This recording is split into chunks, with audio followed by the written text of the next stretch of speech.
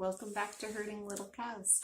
The first person that I'm going to talk about in this series on hospitality is my parents, because that's who I learned from being a kid in their household. My parents always had the house open for people. Not that people were always there, but I remember them always just giving an open invitation to my friends. When I was in high school, we lived about a half mile from the school.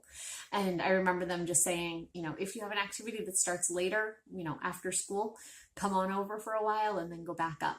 Or having everybody at our house for our take-home chemistry tests and take-home physics tests that our teacher loved to give. They would have everybody over at our house, and my mom would make food for them. And it was just the place that people liked to hang out. My parents also hosted people. There's a group called Up With People that used to have singers from around the world come to do shows. So we'd have people stay with us, young men stay with us for a couple days while they were in town. My dad was also the type of person that would always be willing to help somebody. He would always see a need and say, what can I do to help? So if somebody was moving, he was the first person to say, yes, I'll help you, especially pianos. He loved moving pianos.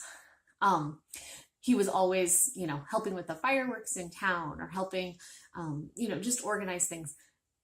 My parents were always looking to help other people around them. And I think that's where I got my love for wanting to help people and to be able to see needs that are around me. But I think we can all nurture that by saying, if I was in this situation, what would be useful to me? If I had a broken leg, what would be useful to me? And offer that to that person. Part of being able to be hospitable is knowing other people in your church. If you don't know that there's a need, you're not going to be able to fill it. And sometimes that need is taking something to somebody.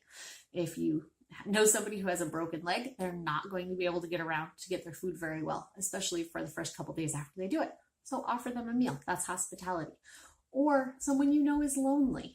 It's near the holiday time and they've recently lost a loved one. Invite them over for a meal. Or they're having a hard time because they're remodeling their house and they need somewhere to go so they can eat. Invite them over to your house. Invite them just to the park to play, because kids are stir crazy this time of year, wanting to get out of the house, and sometimes it's fun to do it with somebody else. It forces you to get out of your habit. So hospitality doesn't have to look like inviting someone into your house. It's helping to fill the needs of others.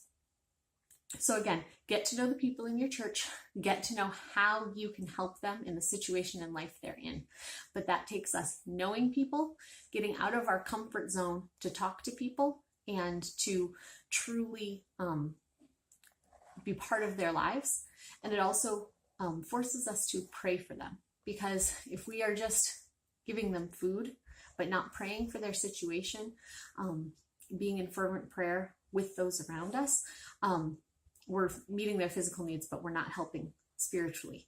Let people know that you're praying for them. That's another way that really encourages people, is to just let them know that you are understanding that they have a need. And even if you can't fill it, that God knows what's going on and that He already has the situation covered. Thank you for joining Herding Little Cows. Hope to see you again soon.